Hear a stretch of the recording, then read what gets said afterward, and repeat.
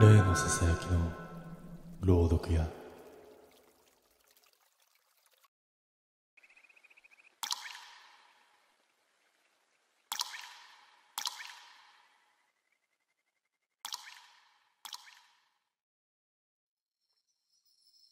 秋の3連休、俺は格安のミステリーバスツアーに参加した。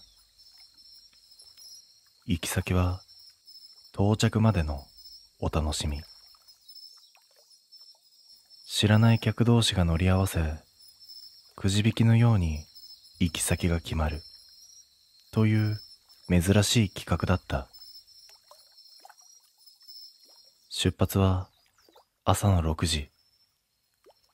都内の駅前ロータリーに白と青の観光バスが止まっていた。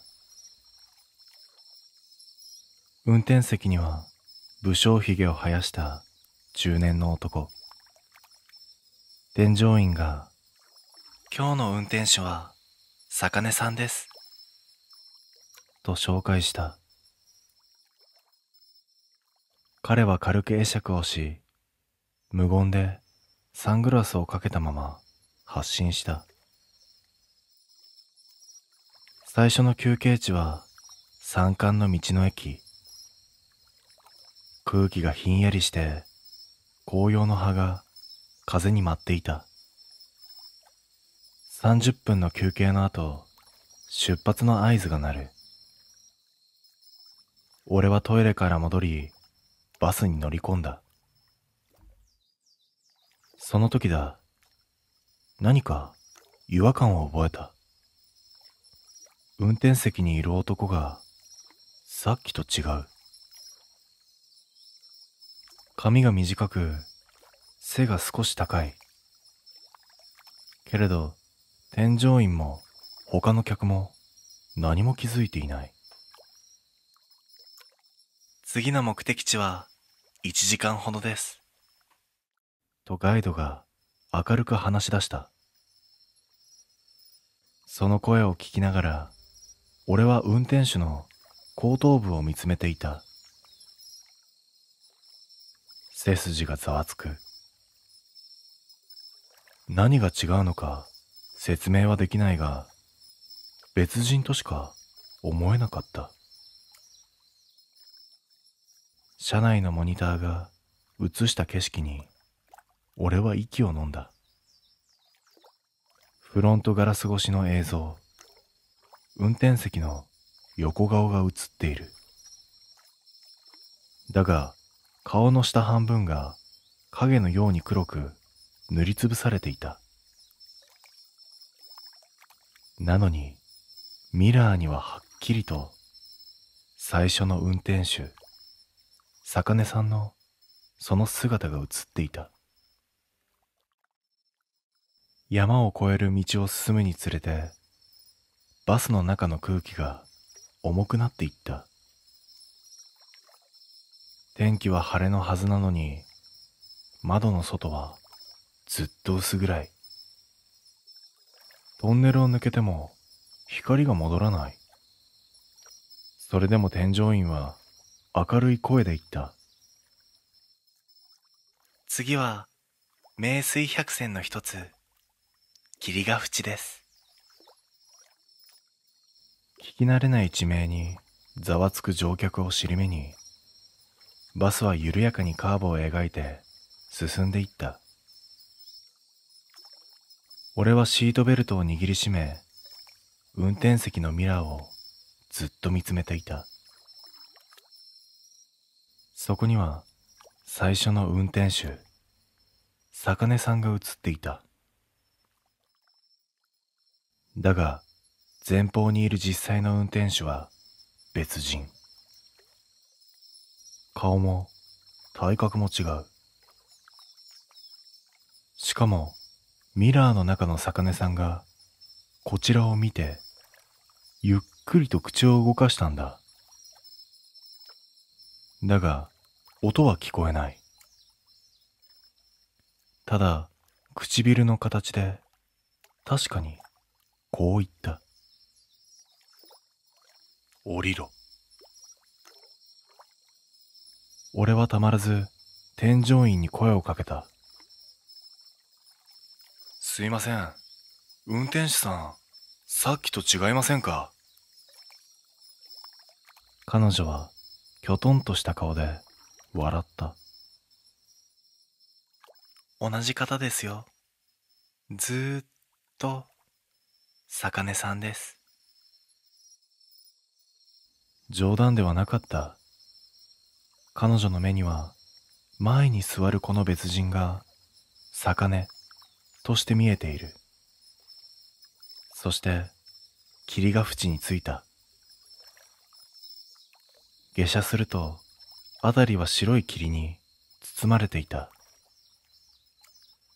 足元が湿り、空気が冷たい。小さな祠があり、木札に黒い墨で何かが書かれている。近づいて読むと、こう刻まれていた。坂根和夫、霧ヶ淵交通事故、慰霊碑。心臓が止まったような気がした。日付は3年前の今日、同じ観光バス会社の事故だと書かれていた。振り返ると、バスの中から別人の運転手がこちらを見ていた。サングラスの下で口元だけが笑っていた。再び乗り込んだバスの中はなぜか湿った匂いがした。全員が席に着いたのを確認し、扉が閉まる。その瞬間、車内灯が一度だけ点滅した。運転席の男、さっき祠の前で見たあの別人がハンドルを握っている。サングラスをかけ、無表情。ただミラーの中には坂根さんがいた。どちらが現実なのかもうわからなかった。バスはそれでも静かに走り出した。霧の中の道は狭く、ガードレールも見えない。窓の外にはさっきまで立っていた祠がずっと並走していた。一つではなかった。同じ祠が何重も斜面に沿って並んでいる。そのすべてに同じ名前。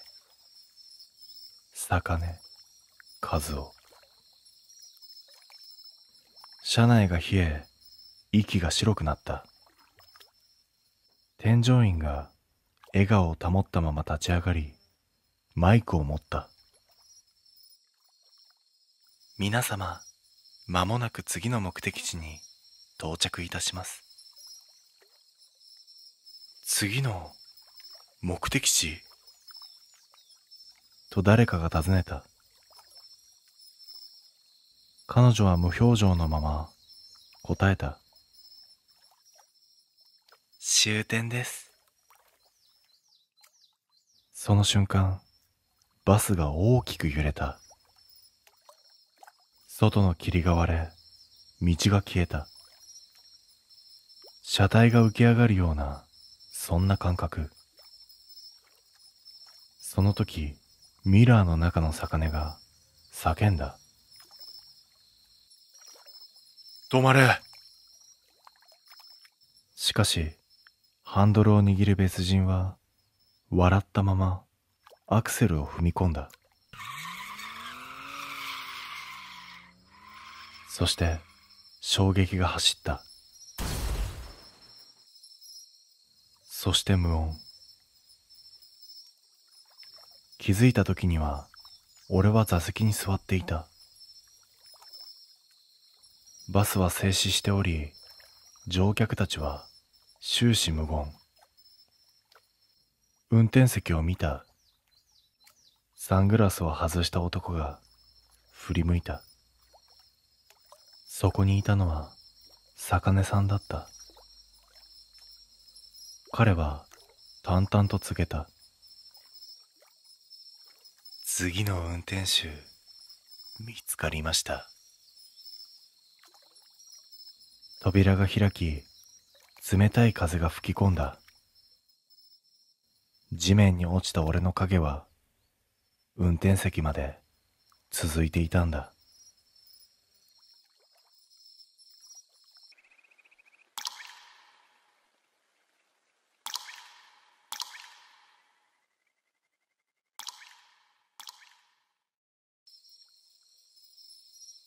大学時代の友人に誘われて参加した地方の観光バスツアー。紅葉と旧鉱山跡を巡るコースとパンフレットに書かれていた。週末限定の特別ツアーらしく、料金も安かった。俺は興味本位で申し込んだが、集合場所でパンフレットを持っているのは俺だけだった。添乗員に聞くと、あ、それはもう配布していないんです。と笑っていた。なんとなく気になったが、そのまま乗車した。出発をしてから1時間。車内のガイドが抑揚のない声で案内を始めた。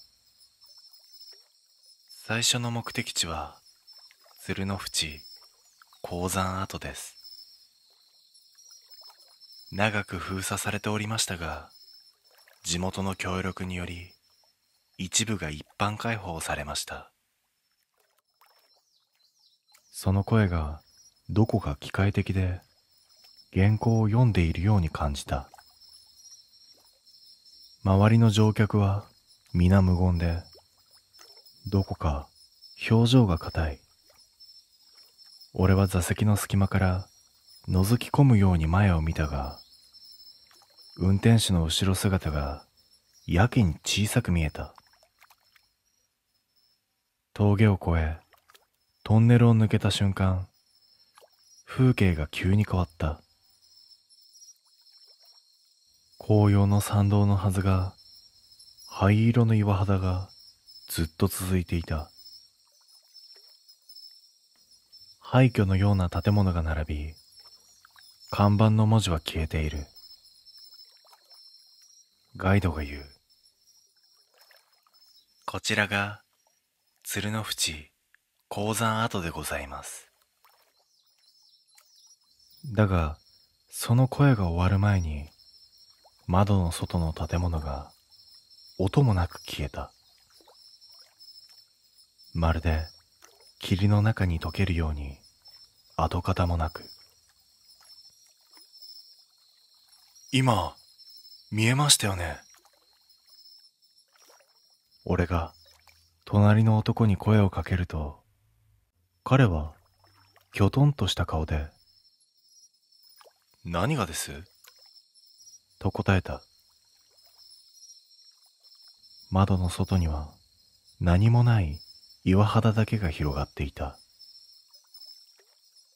運転手がバックミラー越しにこちらを見て、ゆっくりと口角を上げた。その瞬間、俺は寒気を感じた。理由もなく、体が、ここは違う、と言っていた。昼前に二つ目の目的地へ向かった。幻の滝という名の滝を見に行きます。とガイドが言った。俺はその名前に違和感を覚えた。パンフレットには白羽の滝と書かれていたはずだ。俺はバッグからそれを取り出して確かめた。確かに白羽の滝。だが、同じページの写真が違う。昨夜見たときは緑の山間の滝だったのに、今は灰色の岩壁が写っている。ねえ、これ変わってません？と隣の男に見せたが、彼は笑って、最初からそれでしたよ、と言った。どう考えてもおかしい。滝の名前も写真も説明文まで変わっている。まるで別のツアーにすり替わっているようだった。到着して外に出ると冷たい風が吹いた。視界の先には確かに滝があった。ただ、それは動いていたんだ。岩の間から流れ出す白い筋が、滝というよりも何かが這い降りているようだった。目を凝らすと、それは水ではなかった。白く濡れた腕のようなものが無数に重なり合っていた。添乗員が笑顔のまま、ごゆっくりご覧ください、と言い、俺の肩を軽くポンと叩いた。その手が異様に冷たかった。他の乗客たちはまるで催眠にかかったかのように無言でカメラを構えていた。シャッター音が続く。俺も写真を撮った。だがモニターに映ったのは滝ではなくバスの車内。自分が座っていた席が暗い車内にポツンと映っていた。その後すぐに出発した。ガイドが言った。次はハイトの展望台です。パンフレットにはそんな場所載っていない。俺はふと運転席のミラーを見た。そこに映る乗客の顔が一人、二人とだんだん少なくなっていった。ハイトの展望台。その名前の通り、そこは街を見下ろす高台に立っていた。だが、下に見えるはずの街がなかったんだ。ただ、灰色の地面がどこまでも続き、瓦礫のようなものがぽつり、ぽつりと転がっている。風が吹くたびに乾いた音を立てて崩れた。俺はカメラを構えたがピントが合わない。液晶画面の中で風景が波打つように歪んでいた。ガイドが小さくマイクを握りしめたままこう言った。この街はかつて地図から消されました。けれど今も訪ねてくる方がいらっしゃるんです。背中に冷たい汗が伝った。他の乗客たちは無言のまま全員が同じ方向を見ていた。その視線の先に古びた観光案内板がそこにあった。そこには鶴の淵鉱山跡と書かれていた。最初に訪れたあの場所の名前。だが板の上には灰と展望台という文字も重なっていた。まるで同じ場所の別名のように。バスへ戻ると空はもう夕方の色だった。帰り道、車内で再びガイドが話し始めた。最後に立ち寄った幻の滝はいかがでしたか？俺は言葉を失った。あの滝を見た。あの異様な光景を。確かに。だが、隣の男が笑いながら言った。滝なんてなかったじゃないですか。ホテルに戻り、写真を確認した。どれもただの山と道路しか写っていない。滝も鉱山跡も展望台もなかった。ただ一枚だけ。最後列の座席から撮ったと思われる一枚に、窓ガラス越しにこちらを見ているガイドの顔があった。笑っているのに目が真っ暗だった。俺は翌朝旅行会社に問い合わせた。鶴の淵鉱山跡ツアーの件で話があります。受話器の向こうで担当者が言った。申し訳ありませんが、そんなようなツアーは弊社では企画しておりません。机の上のパンフレットを見た。表紙の文字がいつの間にか変わっていたんだ。紅葉と旧鉱山跡を巡るツアーではなく、こう書かれていた。消えた観光地を巡る旅。